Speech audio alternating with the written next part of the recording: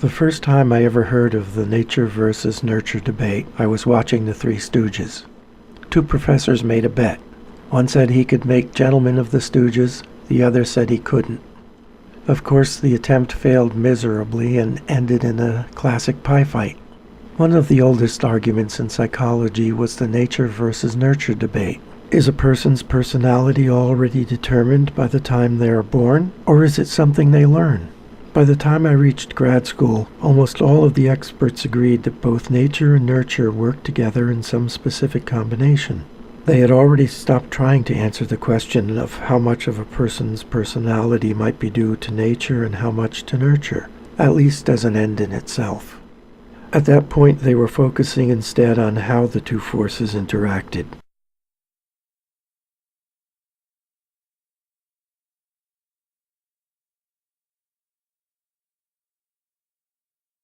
One of the most important and far-reaching events that greatly furthered our understanding of the age-old debate happened in 1970, when Los Angeles child welfare authorities found a young girl who was a victim of severe abuse, neglect, and social isolation.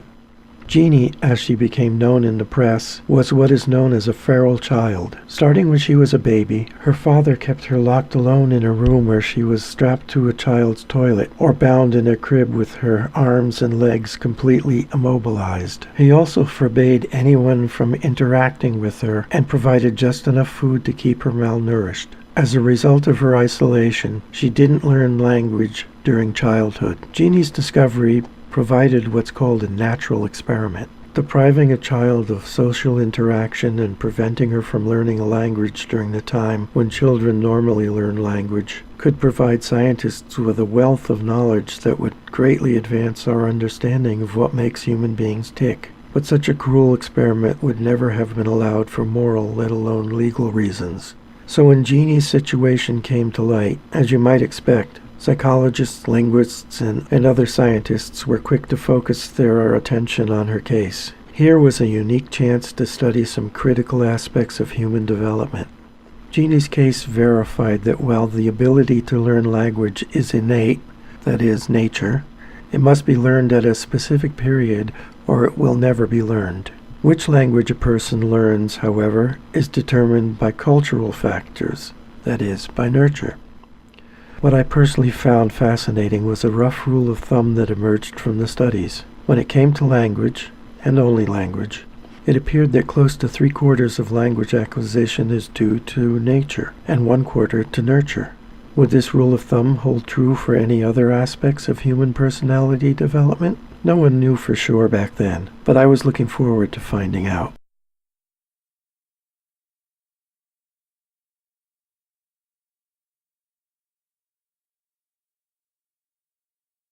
For a long time, twin studies were about the only way to quantify the relative influence of nature and nurture on personality and behavior in such a way that the interaction of the two forces could be studied.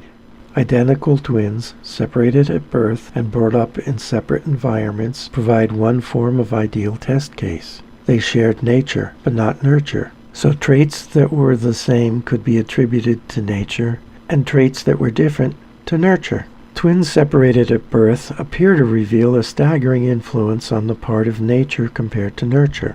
One of the most famous examples was the Jim twins. Jim Lewis and Jim Springer were identical twins raised apart from the age of 4 weeks. When the twins were finally reunited at the age of 39, they discovered a long list of similarities. They both suffered from tension headaches, were prone to nail biting, smoked Salem cigarettes, drove the same type of car, and even vacationed at the same beach in Florida. As the two men were compared, the list of similarities continued to grow. At first, the scientists studying the case were surprised by some of the behaviors that seemed to show a genetic influence. Traits such as religiosity and social attitudes were thought to come from the environment. That only made sense. Yet the Jim twins seemed to prove otherwise. The influence of nature worked in ways the authorities hadn't expected. Another study found that happiness and well-being had a 50% genetic influence, while further studies uncovered more unsuspected genetic influences. But there's a second form of twin that shares nurture, but not nature. Virtual twins are two genetically unrelated individuals of approximately the same age who were raised as twins.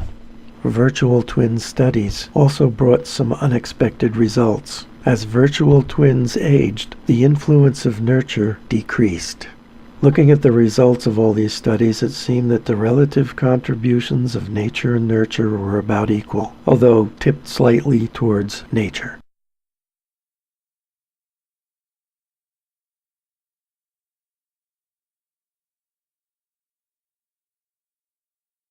Almost from the start, twin studies looked at genetics and IQ. Minnesota twin study researchers, for example, found that about 70% of IQ variations across the twin population was due to genetic differences among people, and 30% was due to cultural differences.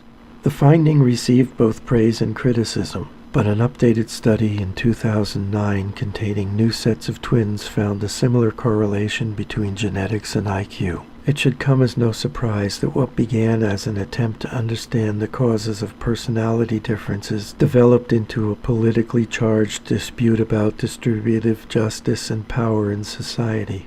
What's more, this wasn't restricted to the debate over IQ. It quickly spread to the psychology of sex and gender, where the question of how much of the differences in male and female personalities is due to nature and how much to nurture became just as controversial.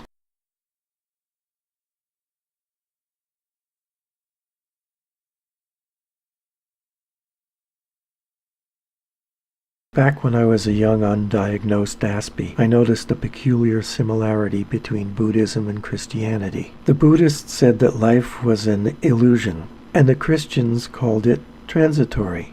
They both conceived of this existence as being a temporary situation that was separate from some more fundamental form of reality.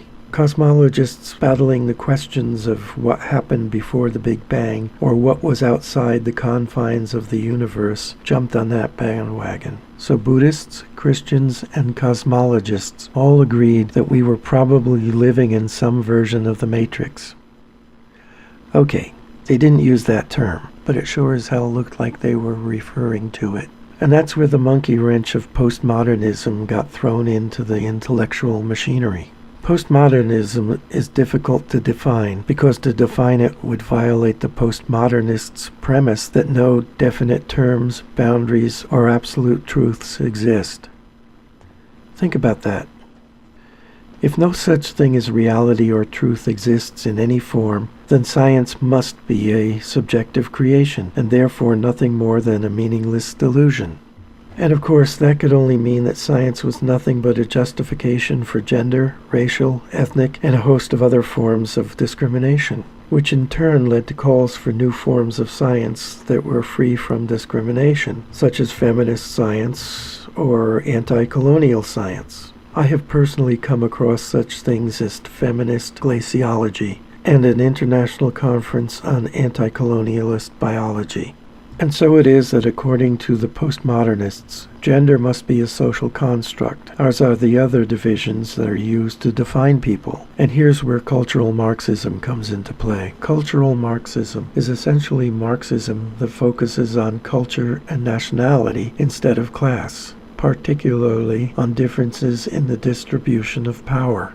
The basic model of cultural Marxism is that everyone is defined by group membership and all people in groups are divided into victims and victimizers. Combine postmodernism and cultural Marxism and you get a belief system which states at its core that there are no absolutes. There's just power and its unequal distribution. And since we've already seen the postmodernist claim that science justifies inequalities, it must basically be evil.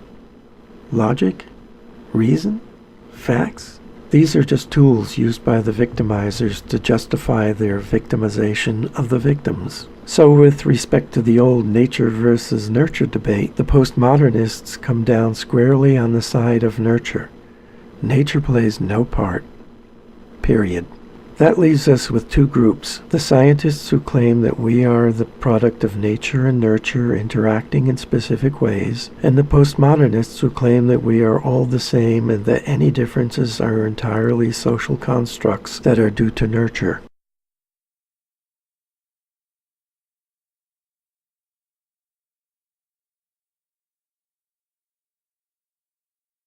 I'm an Aspie, so it took me quite a while to get my head around all of this. I'm not a philosopher. I always thought of philosophy as a form of self-contained mental masturbation. Listening to philosophers is like listening to lawyers. You recognize the words they're using from everyday English, but you know that among themselves lawyers have changed the meanings of these words beyond recognition. It's the same with philosophers, and they argue about things that may or may not even be provable, much like a bunch of priests arguing over how many angels can dance on the head of a pin. So to me, philosophy is indistinguishable from religion. Thus, postmodernism is a celebration of stupid. But one thing has always puzzled me about modern politics. A lot of people believe that everyone at the top of the economic pyramid, the 1%, the elite, the oligarchy, or whatever else you want to call them, got to the top of the pyramid and stay there by using immoral or even criminal means. They believe that the top of the pyramid, as a group, are universally selfish and greedy. Yet it's easy to show that the people at the top of the pyramid appear to be divided into two factions.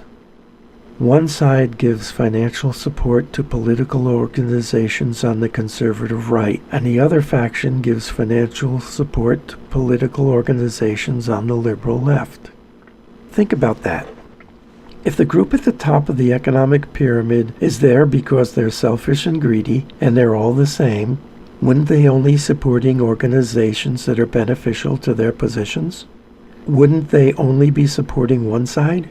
Of course, it could be that they're not a monolithic group, but perhaps, just perhaps, they have an ulterior motive. Perhaps they would like everyone out here in the great unwashed to believe that they are divided into two factions, and thus not question their motivation. My contention, with very little supporting evidence, is that it's essentially just a competition to see which side can stir up the most trouble among the masses. In the past, when this kind of trouble was stirred up, it was always prefaced to some kind of an authoritarian crackdown that just coincidentally had the unanticipated effect of shifting wealth and power up the economic pyramid.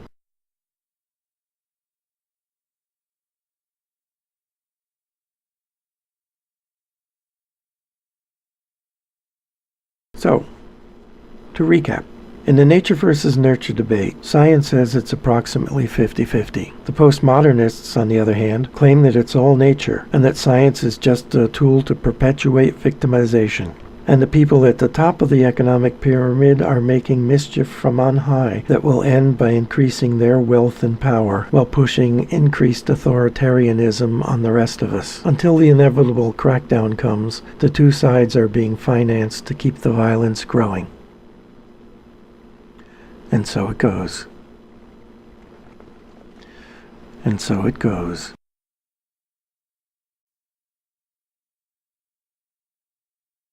Thanks for watching my rant.